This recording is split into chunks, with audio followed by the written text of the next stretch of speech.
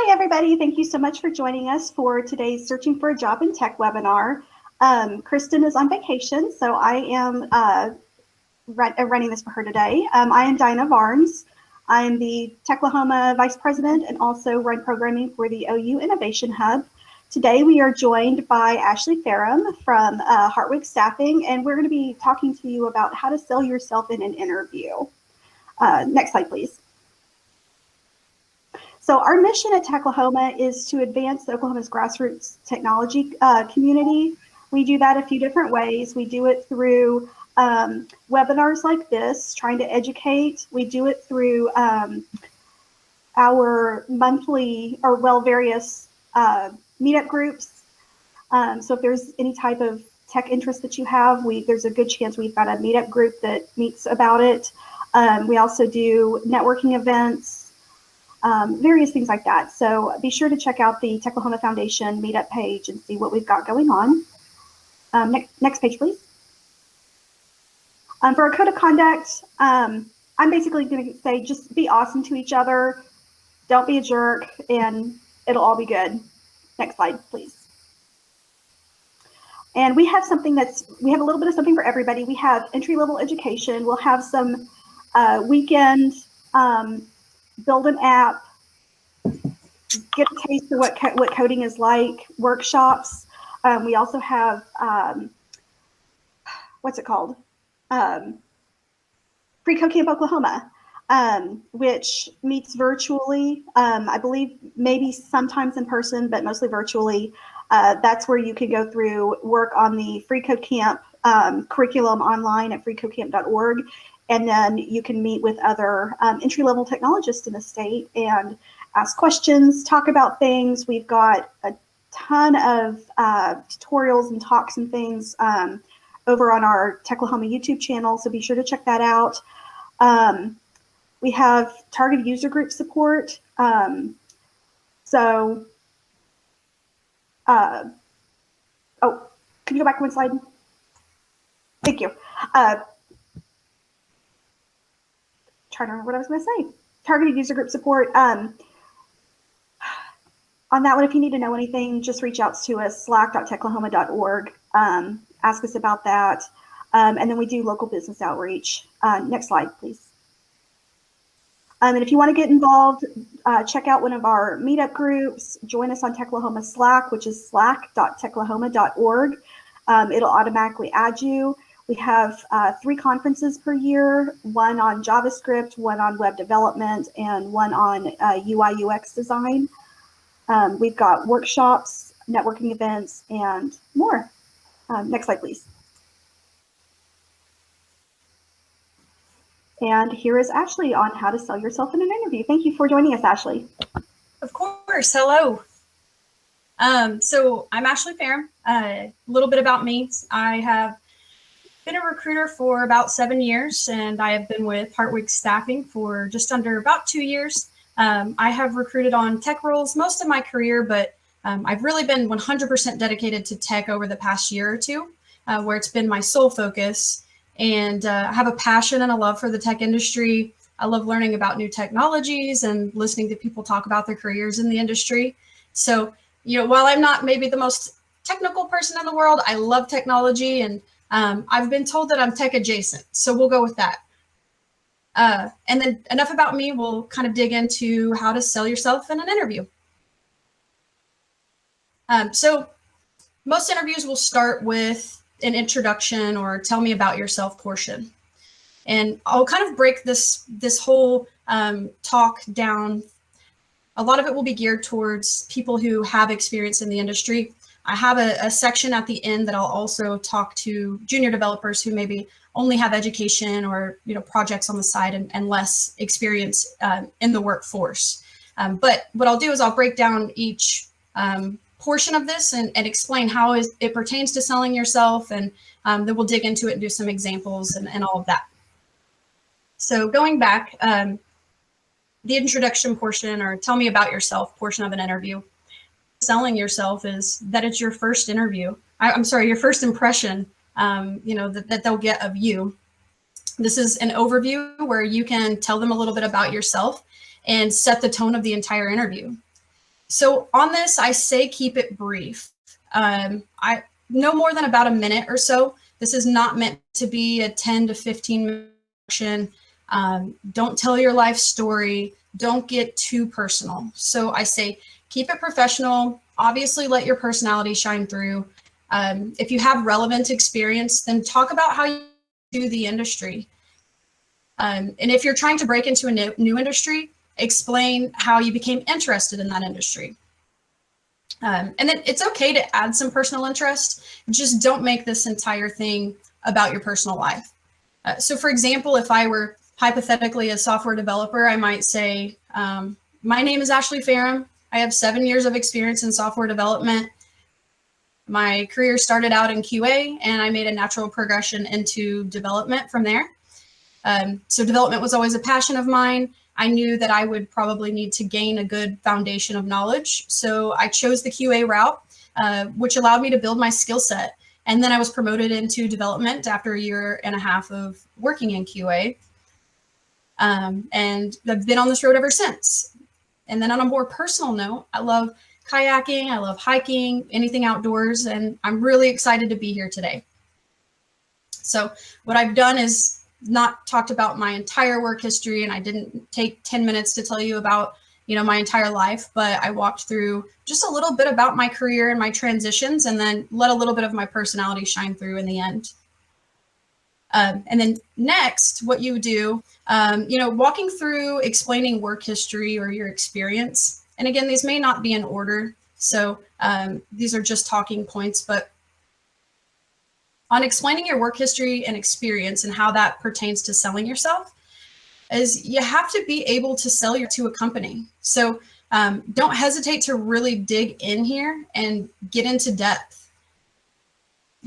Prepare to explain that experience. And I'll really say this a lot, but be very specific.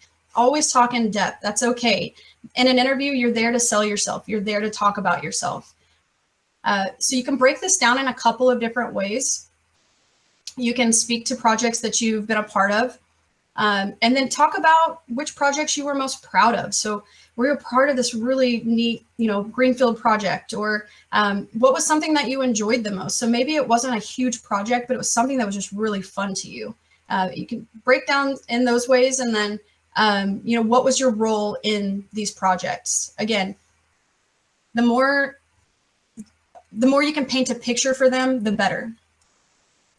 Another thing that I like to have people do is I'll say, break down your position in percentages for me. A full stack developer does not mean they do 50-50 development. Sometimes that means 75% front end, 25% back end, or vice versa.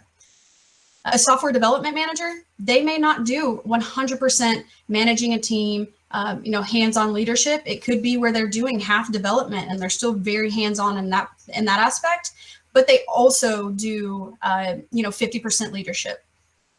For a data person, they may spend 80% of their time analyzing data and then 20% developing reports. So you can really break it down and paint a picture that way. And then always make sure that you're speaking to the technologies that you've used in each role, but also in each project.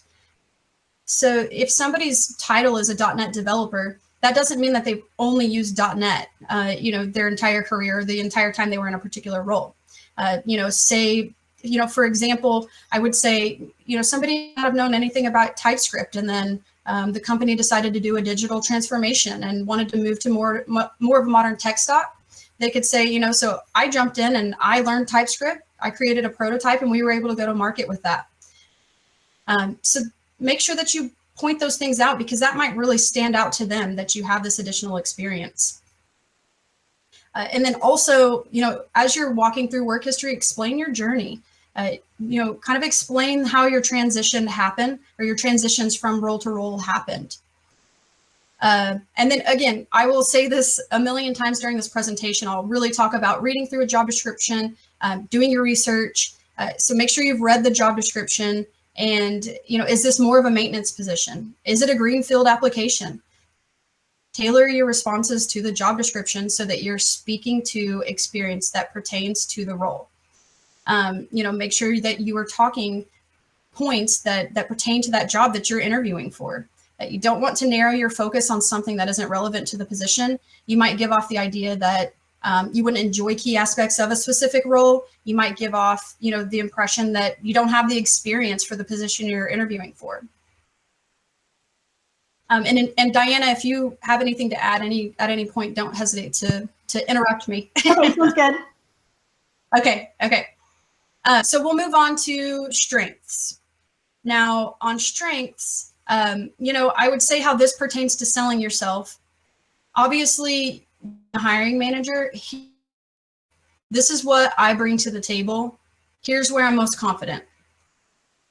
Now, with strengths, I think technical skills are just as important as soft skills. When you are talking with a hiring manager and you can check every box on their job description, but if you don't have the soft skills and you're not going to fit in from, that perspective, that can make or break something for you or make or break an interview for you. So highlight both, talk through technical skills. So, which technologies are you most experienced with? Which are you most comfortable with? And be specific. You can break down, maybe rank yourself, from, on a scale from 1 to 10, or say, I'm advanced with X, Y, and Z, and I'm intermediate here, but I would still consider it to be a strength. You can also talk through, beyond that, are you a strong coder and you pick up new languages easily? Can you manage multiple projects at once with ease? That's huge. Not everyone has that capability. Are you a strong data person? And then from soft skills, talk about your leadership experience. Are you a good communicator? Do you welcome feedback? Feedback is a great, someone who welcomes feedback it's a great quality to have because it shows that you're wanting to learn and progress in your career. And then, just another point is if someone adapts well to different IT environments, that's great. Now, for example, I might say, something along the lines of, I feel incredibly confident with React and Node. And I would say those are my primary languages. I've also worked closely with TypeScript over the past year, so I've become really familiar with it. So React and Node, I'm probably an 8 or a 9 out of 10. I wouldn't say that I'm perfect by any means. TypeScript, with my year of experience, I would rank myself still a 6 or a 7, which I think is really great, for such a, for a newer language. And then from a soft skills perspective, I feel that I'm great at accepting feedback and I actually welcome it. And I utilize that feedback that I receive to help me grow professionally. And on another note, in addition to that is you can give specific feedback specific examples. So, even when you're describing your strengths, regardless of whether you're talking about technical skills, soft skills, you can give specific examples of both of those. So when I say specific, talk about the business needs. What did the project accomplish? And you can do that as well, when you're talking through work experience and work history. What did that project accomplish? If you can speak to how you have impacted business needs, I think that says a lot. And I think that would really impress a hiring manager. Even more important than strengths, I feel like, talking through weaknesses. On the weakness portion of an interview, I feel like this is a tough one for people to answer. So I put a little extra love into this one, and I broke it down into do's and don'ts. And how this pertains to selling yourself is, it's not meant to be a trick question. It shows the hiring manager your ability to recognize a weakness, which is a good thing. It's not bad. We're not perfect. And people who think they're perfect, that can also almost be more concerning than someone who can recognize their weaknesses. It gives you the opportunity to show that you take initiative to grow and learn from your weaknesses if you answer this question the right way. And this can really make or break an interview. So I say take this question very seriously. So on your don'ts, I say don't give a cliche answer. Now, if these examples that I give, if they're truly your greatest weakness, then of course share that. But if they're not, don't take the easy way out. And I gave these 2 examples because if you Google, example answers for greatest weakness, these pop up a lot. So well, I'm not very good at public speaking, or I have a really hard time walking away from work and separating work and life. And so I spend a lot of time working more than I should, or just walking away from my computer after hours. Now, like I said, if that is your greatest weakness, definitely share that, but don't use it as an easy way out. And make sure you have read through the job description, and do not claim a core part of the position. So even if you're not incredibly experienced in a specific part of the job description, I'm not saying to go ahead and confess that. Surely you have other weaknesses you might be able to point out. And on this one, I put it under don'ts. It's kind of, it can go both ways. So be cautious when pointing out a personality trait. I would say that a lot of hiring managers that I've talked with, if somebody points out a personality trait, say they don't deal with conflict, or they've had issues with confrontation in the past, but they talk about how they've overcome it. Well, they may say, I'm too concerned this person's confrontational. And some people think that personality traits can't be changed. Now, I'm not saying that's true, but from an interviewing, just being in this industry for so long, I've heard it, this can shoot someone in the foot a bit. But on the, contrary, this can also weed out a company that's not a good fit for you. So someone gave me a good example the other day of, I really like to be in the know. I want to know what's going on. I want to be hands-on. I don't like being in the dark. And for that, personally important to get into a role that fit that personality trait for her. So even if she didn't get the position because of, expressing that, well, it weeded out a role that was probably not going to be a good fit for her after all. So again, I put this here, but it's really just be cautious and really think through what you're saying and how you present that. Another thing, don't claim to have no weaknesses. I interview people all of the time, and I will ask, what are your strengths? What are you good at? And, what's something you feel like you can improve in? And a lot of times it's not even people claiming that they don't have them. But it could just be, I can't think of anything. Make sure that you think about this ahead of time. You don't want to give the answer, I don't have a weakness. And the reason being is that if you claim not to have a weakness, a hiring manager is going to think that you might think that you're perfect, or they may think you're not coachable. It's okay to be humble and have a weakness. So next. I was going to jump in really quick. Yeah, please.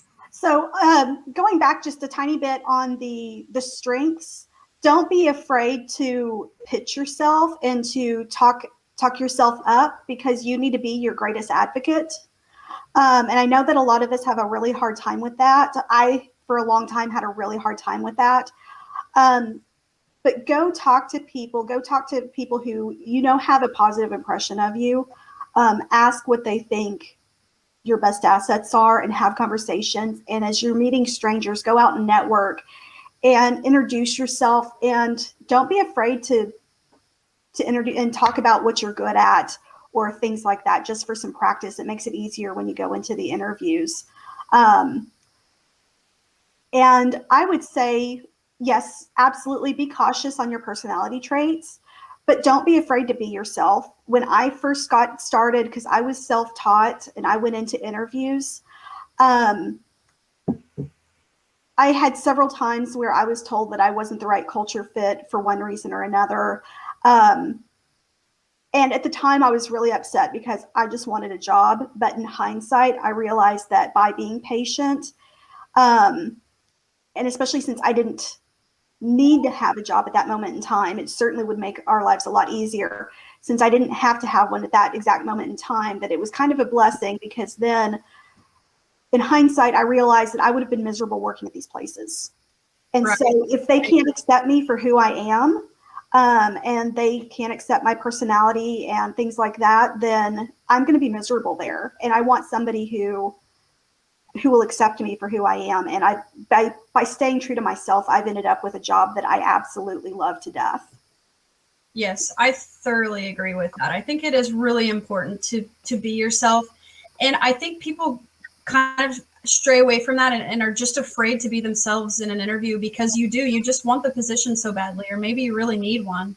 But that's such a good point that, don't be afraid to be yourself. You do want to find a good long-term fit. And if you go into something, faking it and not letting them get a true picture of who you are, you'll be miserable, or the role won't last very long. So I completely agree with that. And I also agree on, selling yourself. It's really uncomfortable to talk about yourself. It's not fun. I think a lot of people struggle with that, but I agree that this is your chance. That's what the interview is about. It's about you and selling yourself, and talking about yourself. So I completely agree. Okay, so try not to give a previous weakness that's no longer a weakness. And what I mean by that is don't say, I would say, a year ago, my greatest weakness was JavaScript, but I've used it in several projects over the past year, so it's really no longer a weakness. I'm actually doing really well with JavaScript now. Well, then it's not a weakness. So we'll go over to the do's, and then I'll give an example. But on do's, so do point out a true weakness. That's okay.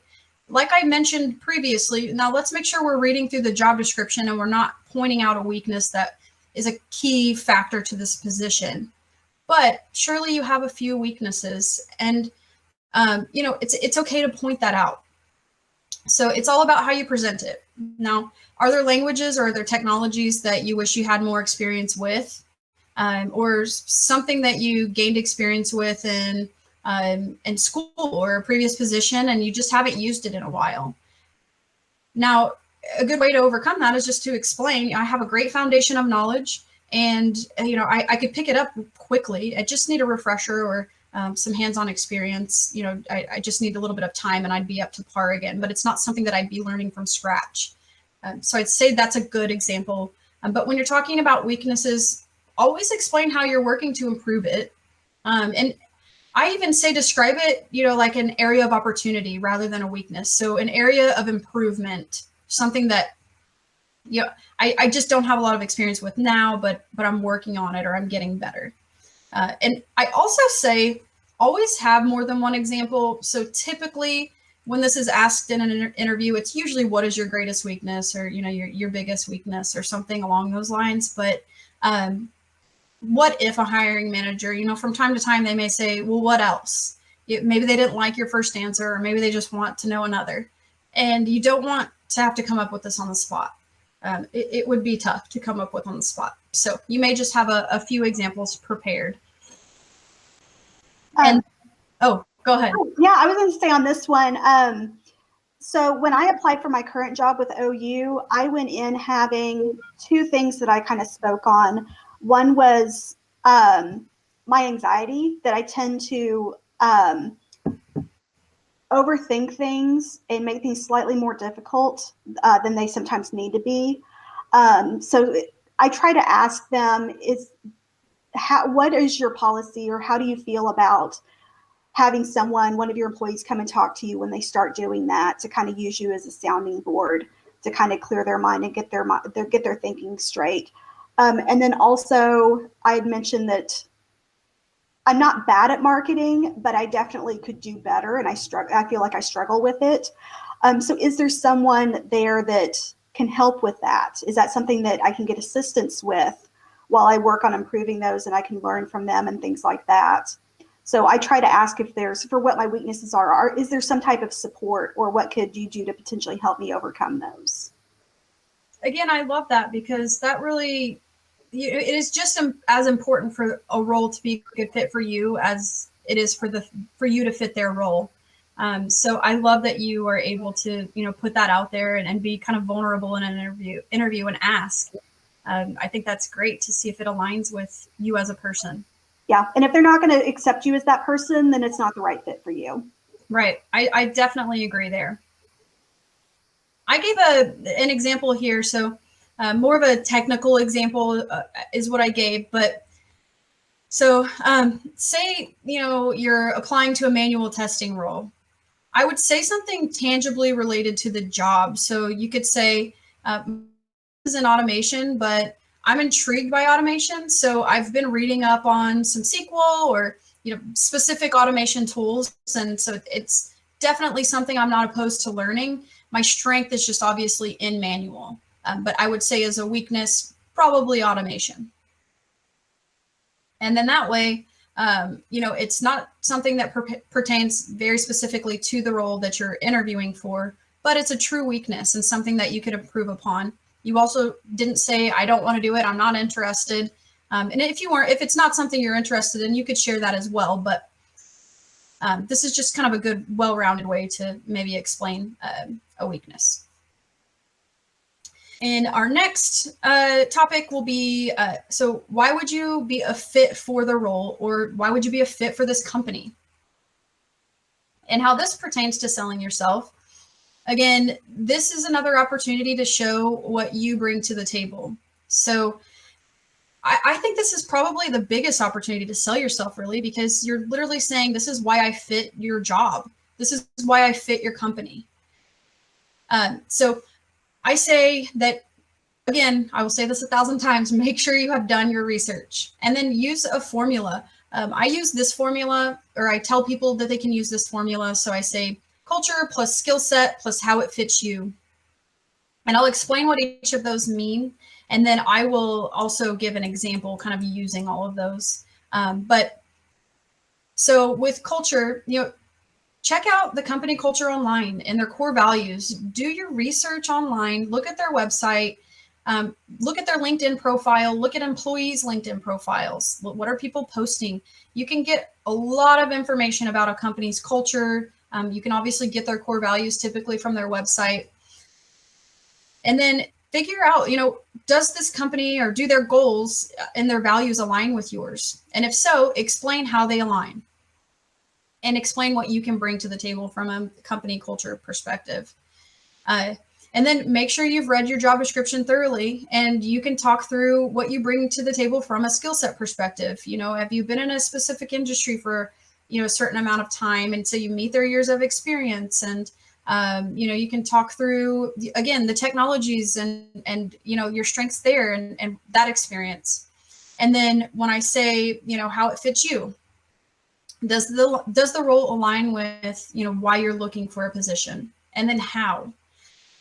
So maybe you were laid off and this utilizes your current skill set and matches what you enjoy doing to the T.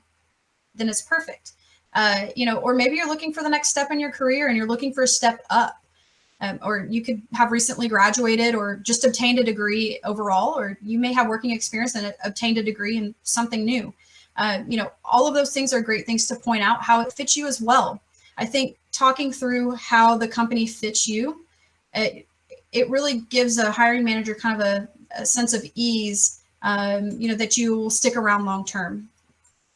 And for an example, I would say, like, at Hartwig Staffing, so my company, for example, one of our core values is grit. And if I were to apply to, my job today and interview for it, something I might say is, I researched the company and I saw that grit is one of your core values. And something that I pride myself on is the fact that I have had to overcome adversity in my life.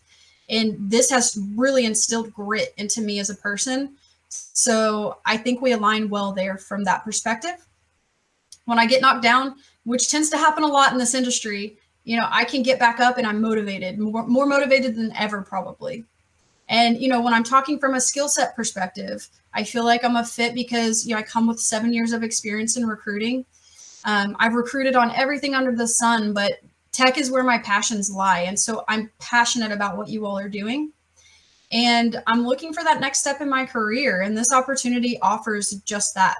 So, what I did there, I talked about how I relate to their culture and their core values and how they relate to me and match me. And then I explained how my skill set fits. But then I also explained again, it aligns with my reason for looking for something new. So I'm going to stick around. I'm going to be loyal to you. With my experience with applying at the OU Innovation Hub, I didn't feel like I necessarily had project lead or project management experience. All of my experience had been a lot of in the volunteer realm. But when this came up, everybody kept saying, Diana, this is a great fit. This is a great fit. You have to go apply for this. So I took them at their word. I trusted them on it. And I pointed out that when I see a need for something, or I see something that needs to be, or that I see as a gap, I try to figure out what can we do to try to fix it or to help fill that gap. And I'm always looking for trying new things, trying to build new things, trying to innovate things, um, creating new programming for Techlahoma or Oklahoma Women in Technology, things like that. Um, and that is what the iHub is all about. So the position I ended up taking was for a role that they had an idea of what they wanted, but it was up to me to go in and create it. And so by me saying that I enjoy creating things and trying new things, and if something doesn't work out, trying something else and not giving up and having that grit to do that, it ended up being an absolute perfect fit. And that is such a good point. Also, don't only apply to jobs that you check every single box on their job description. When I branched into recruiting, I had no recruiting experience, and I applied to the job because I was really interested in it. And my interests and my passions, and I had leadership experience, and I had done some interviewing as a manager in the past. And so just because you don't have that exact experience, you can still point out what you bring to the table from a skill set perspective, even if it doesn't match a job description to the T. So I'm really glad you brought that up, because I probably don't hone in on that a lot during this talk. Really good point. Okay, so next, asking questions. And on this one, how I'm relating this to selling yourself is that this is how you're expressing your interest in the company. So, for example, almost imagine if you went on a first date and this person's asking all these questions about you and getting to know you, and you're having all of this fun, talking about yourself. But then what if you had no questions for them? You kind of end it, you didn't ask them one thing about themselves.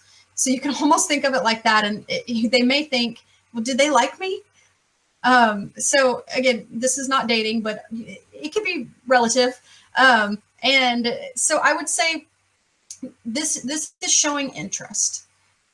And so come with several questions prepared. What happens all of the time in an interview? You're getting a lot of information during an interview. You're talking through a lot of different points. So it's very likely a lot of your questions will get answered during your interview. So I always say, have backup questions prepared. Have lots of questions prepared, because half of them will be answered during the interview. And then I gave a few examples of questions that you can ask here. Now, on this, I would say have way more than 4 questions prepared, but these are just some good questions and kind of to get you thinking on, in this direction. So you can ask some pretty standard basic questions as well, but I'll kind of give you my reasoning behind these specifically. So one with, how long have you been with the company? You can ask your interviewers, how long have you been with this company? What are some things that you really like about the company? Or what are some things that you really like about your position if you're interviewing for something similar, to the role that they hold? You can ask, same thing about your position, the company. What are some things that you feel like could improve? What are some kind of pain points within the company or within your position? You can also ask why the role's open. So that's something that's really interesting to know, because if it's because of growth, well, that's really neat. It sounds like the company's growing. If somebody's left, well, people leave for all sorts of reasons, but maybe somebody left because it wasn't a good fit for them. Well, if they're willing and open, they may share with you why that person left. And well, it could go one of two ways there. You could determine that, wow, they left, and the reason that they left really kind of matches my personality. So I don't know if this would be a good fit for me. But at the same time, it could just be, oh, wow, I match what they were lacking, or what they didn't enjoy about this role, I really enjoy. So you can determine, from there, that can really help you see if it's a good fit. Another question, so immediate challenges you see for someone coming into the role. You talk about the position, being open because of growth. So they may say, well, we're looking to add to the team, and right now we're kind of underwater, or it's a little chaotic. So when somebody joins the team, it's going to be really busy and it's going to look a little crazy. But now that we'll have, an extra set of hands, that will slowly balance itself out, and hopefully we'll all kind of get back to normal and, have more of a balance. But walking into it, yes, you may walk into some chaos. That's oh, go ahead. So one of the things I was thinking about here, the way that I usually approach this is I go in with at least a list of 20 questions, because I have found that absolutely most of the time, almost all of my questions will be answered. So if I go in with the list of questions in front of me, if I wind up not having any, at least they can see that I came in prepared, and that maybe they feel good about how the interview went if they answered all of my questions.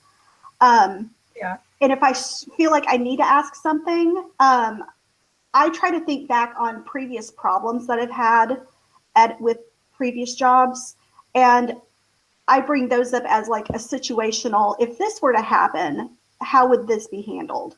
Or something like that to kind of gauge how things might go. Yeah, no, I love that. And I'm glad you kind of put a number to it as well, because when I say a lot, 20 is a great number. Because like you said, you can come in with 20 questions and there is a chance that all 20 may be answered. Not always, but it can happen. Like I said, you get a lot of information during an interview, and you're talking through so many different points. So, and another great point, one, it shows initiative, and it shows I wrote a list of 20 questions. I truly did have questions, even if they did all end up getting answered. And don't hesitate to bring in a nice notebook with you with questions. And, now don't walk in and read your resume verbatim or anything like that, but it's okay to have some talking points jotted down. Do not sit there and read, but just something, if you have, like she said, having a list of questions prepared is great. I think that's great.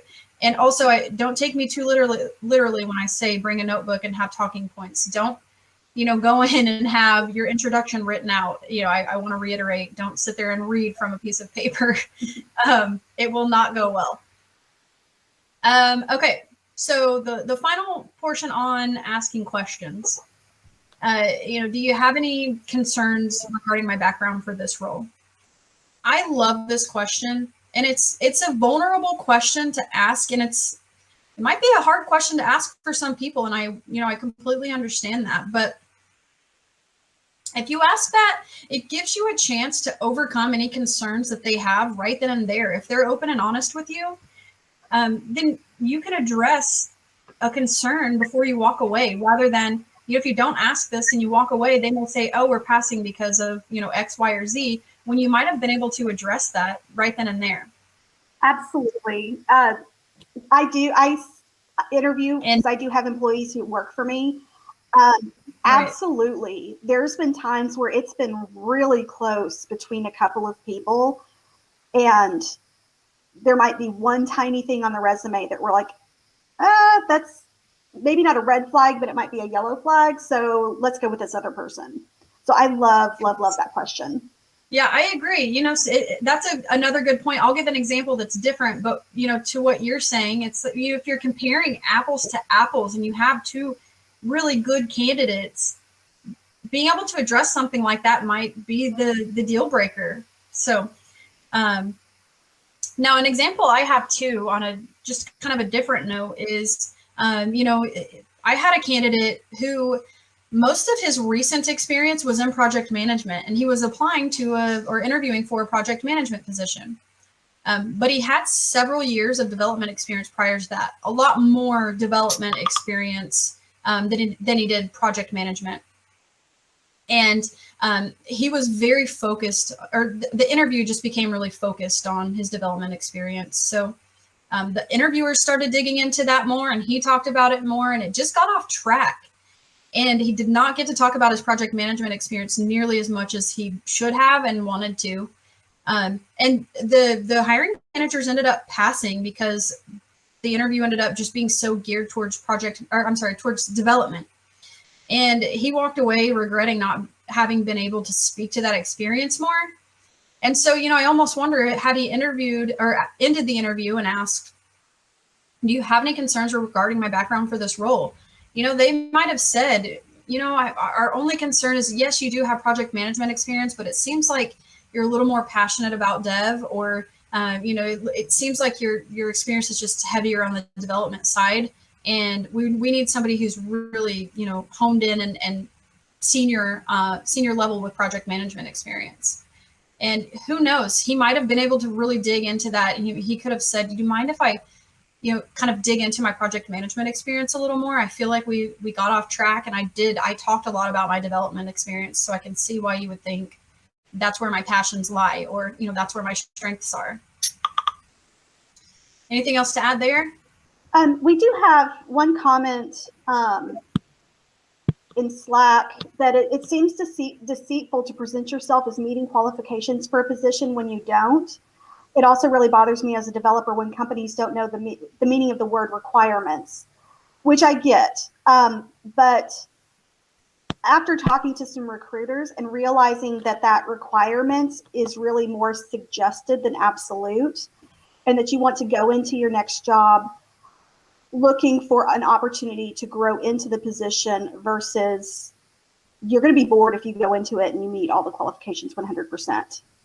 Right. No, and I understand that completely as well. I agree in a lot of ways, but I'll say also, hiring managers, when they're writing a job description, their dream perfect candidate, most times a hiring manager knows someone won't check every single box on the job description.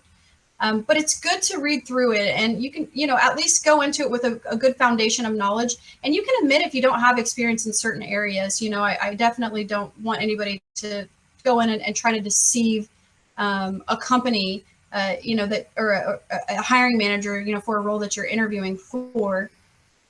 It's okay to not check every box, but obviously you do want to make sure that you're checking at least some of those core boxes.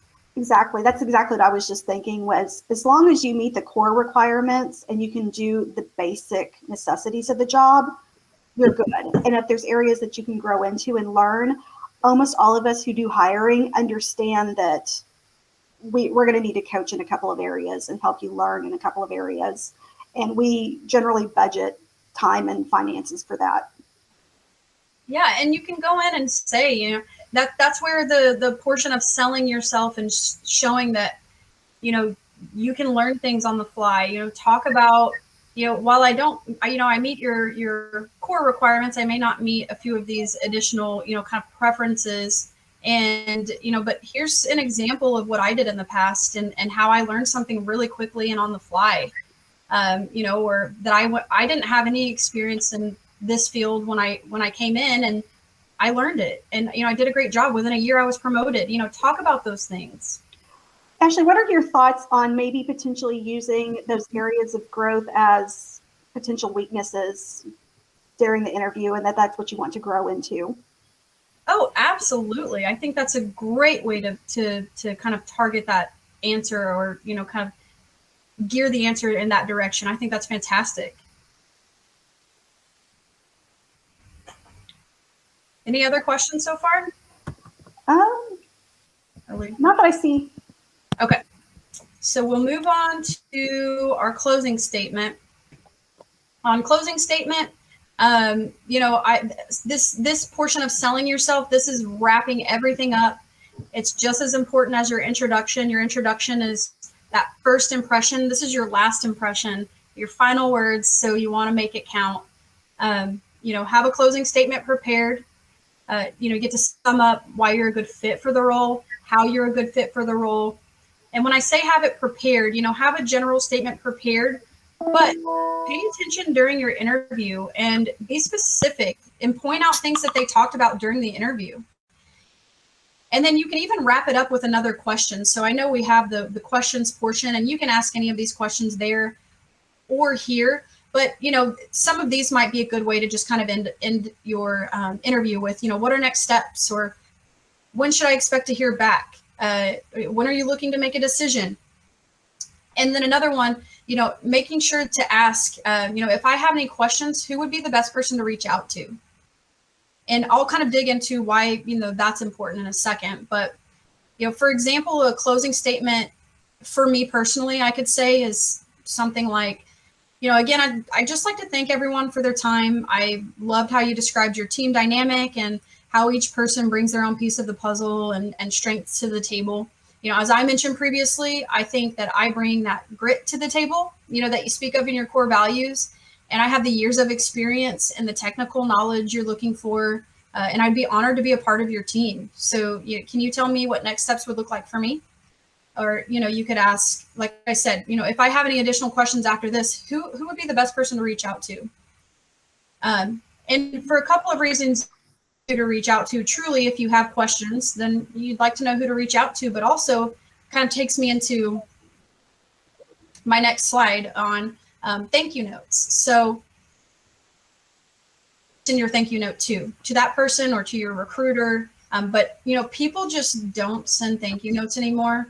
And I'm not saying that these are necessary or that you have to do it. No, most hiring managers don't necessarily expect it. But if you're interviewing against multiple people, this is one definite way to stand out, because there's a strong likelihood that the other people they interviewed probably are not sending a thank you note. And Absolutely. do you like getting thank you notes? We love it. Okay. Because then it shows us that you care about the job, and that's absolutely, at least where I work, is going to give you an edge.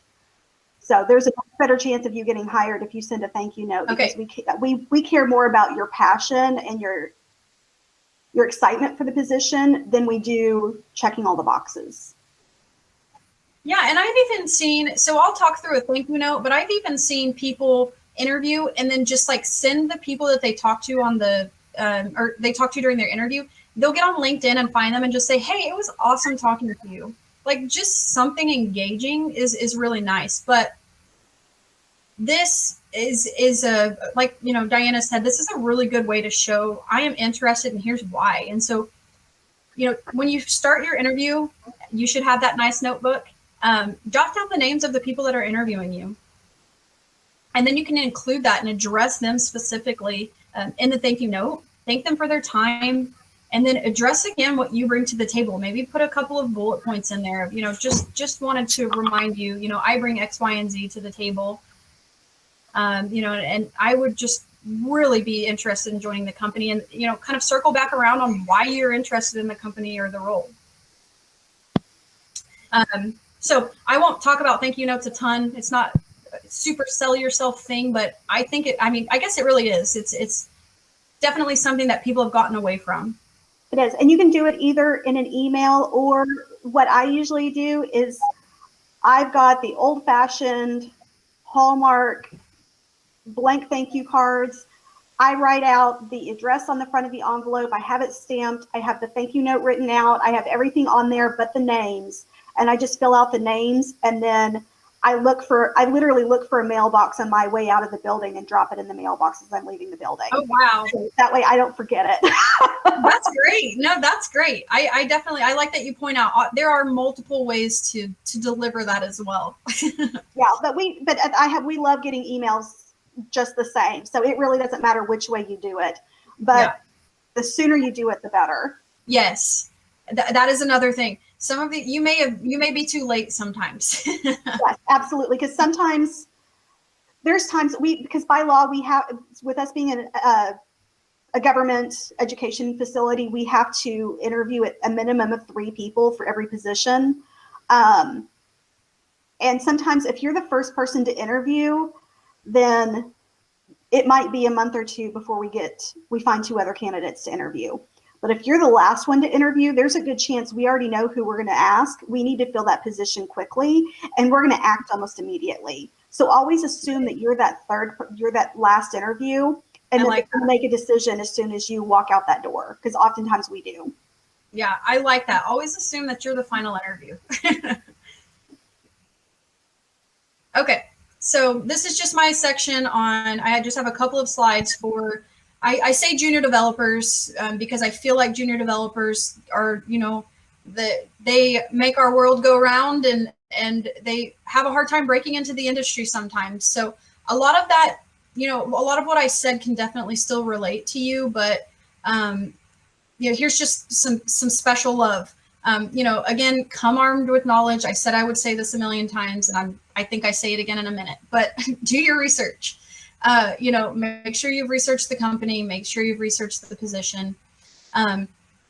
You're really going to have to sell yourself. And so when you don't have actual working experience, talk about the actual experience that you do have. It doesn't have to be in the workplace, but maybe you took some classes, you have a specific degree.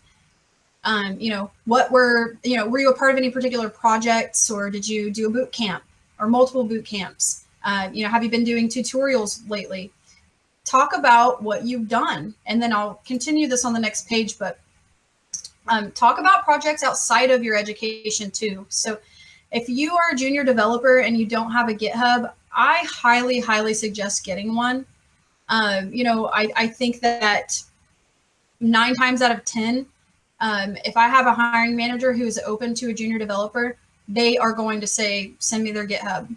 Hiring managers definitely look at that. So be prepared to discuss your GitHub repo in an interview. Keep your repos updated, and somebody who has an active account and frequent commits is going to stand out. Just because you have a GitHub, if you don't use it, it doesn't help you. And then, for maybe our design people or UI UXers, or, kind of that geared more towards that. If you have a portfolio, or make sure you have a portfolio. You have to show your work. Hiring managers want to see people's work in general, but especially if you're a junior developer, if you can show something, that's going to help. That's going to help you stand out. And just for an example on the project piece, I would say, so I talked to somebody just the other day, and he loves video games. And so I just said, talk me through some projects that you've done. It doesn't have to be in work, but just talk me through, have you done anything for fun? And he gave an example. He loves video games. He hates picking out which game to play.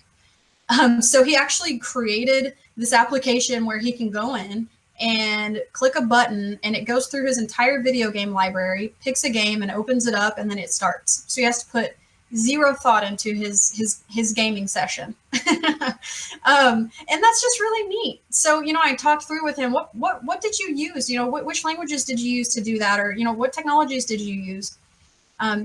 That just because he didn't do it at work, he did it and it works. And it's actually a really neat project, if you ask me. And then something else I just wanted to touch on is that you're not going to know every answer to their questions, and that's okay.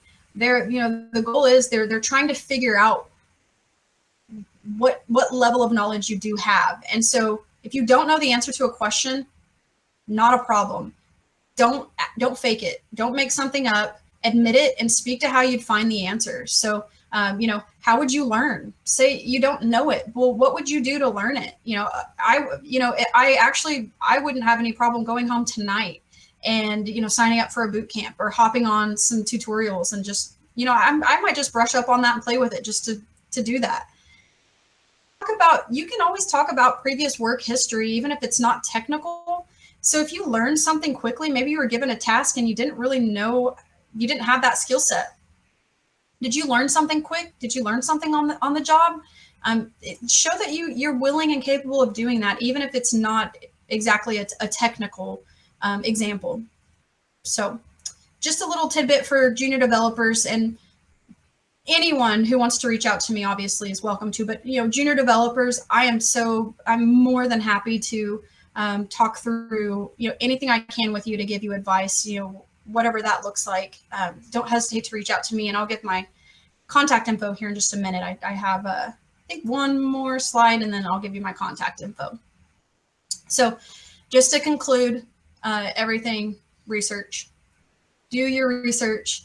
That is going to be so important for you.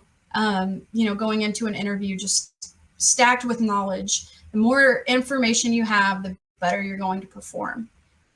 If you're sitting there trying to dig into your brain and make things up, and you're not going to perform well in an interview. So research, come in ready to go, read your job descriptions, look at your websites, whatever you need to do. LinkedIn is a great resource, and then practice and prepare. So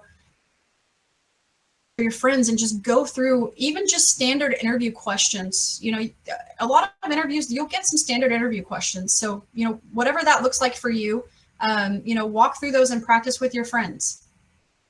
And, you know, be confident. So this goes all the way back to, you know, earlier when Diana said, don't be afraid to brag about yourself. People don't like doing it, but that's your job in an interview. That's your sole focus, is to sit there and brag about yourself and to talk about your experience and to talk about your accomplishments. You know, you cannot, you can't not talk about yourself and brag about yourself and do very well in an interview. So have some confidence, be proud of yourself, be proud of your accomplishments, however big or small you feel that they are. You know, if you're sitting in that seat in front of a hiring manager, you're in a good spot.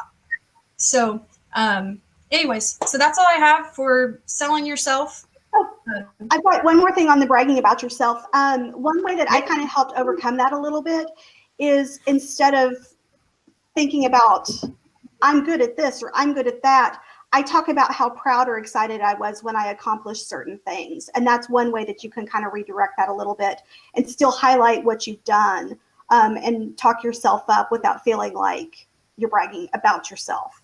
I love that verbiage. You know, something that that I was really proud of, or you can say, you know, I did X, Y, and Z, and I was really proud of that. I really like that. It does sound almost better than I'm really good at this and I'm really good at that. So I love that. I'll put my contact information up. You can search my name in LinkedIn, email me. That's my direct line if you'd like to call me. Don't hesitate to reach out if I can, you know, further elaborate on anything that we talked about today. If you need help with anything interview-esque, you know, I'm happy to be a resource for anyone. Same. If you have any questions about Techlahoma or anything, I'm at Diana or at Diana Barnes, either on Techlahoma Slack or any social media. So feel free to reach out to me if you have any questions about anything. Okay. Thank you, Ashley, so much for being here today. We really appreciate this. This was a great talk. Yeah, thank you for having me. I loved it. You're welcome. All right. Thank you, everybody, for joining us. We appreciate it. We'll see you next month.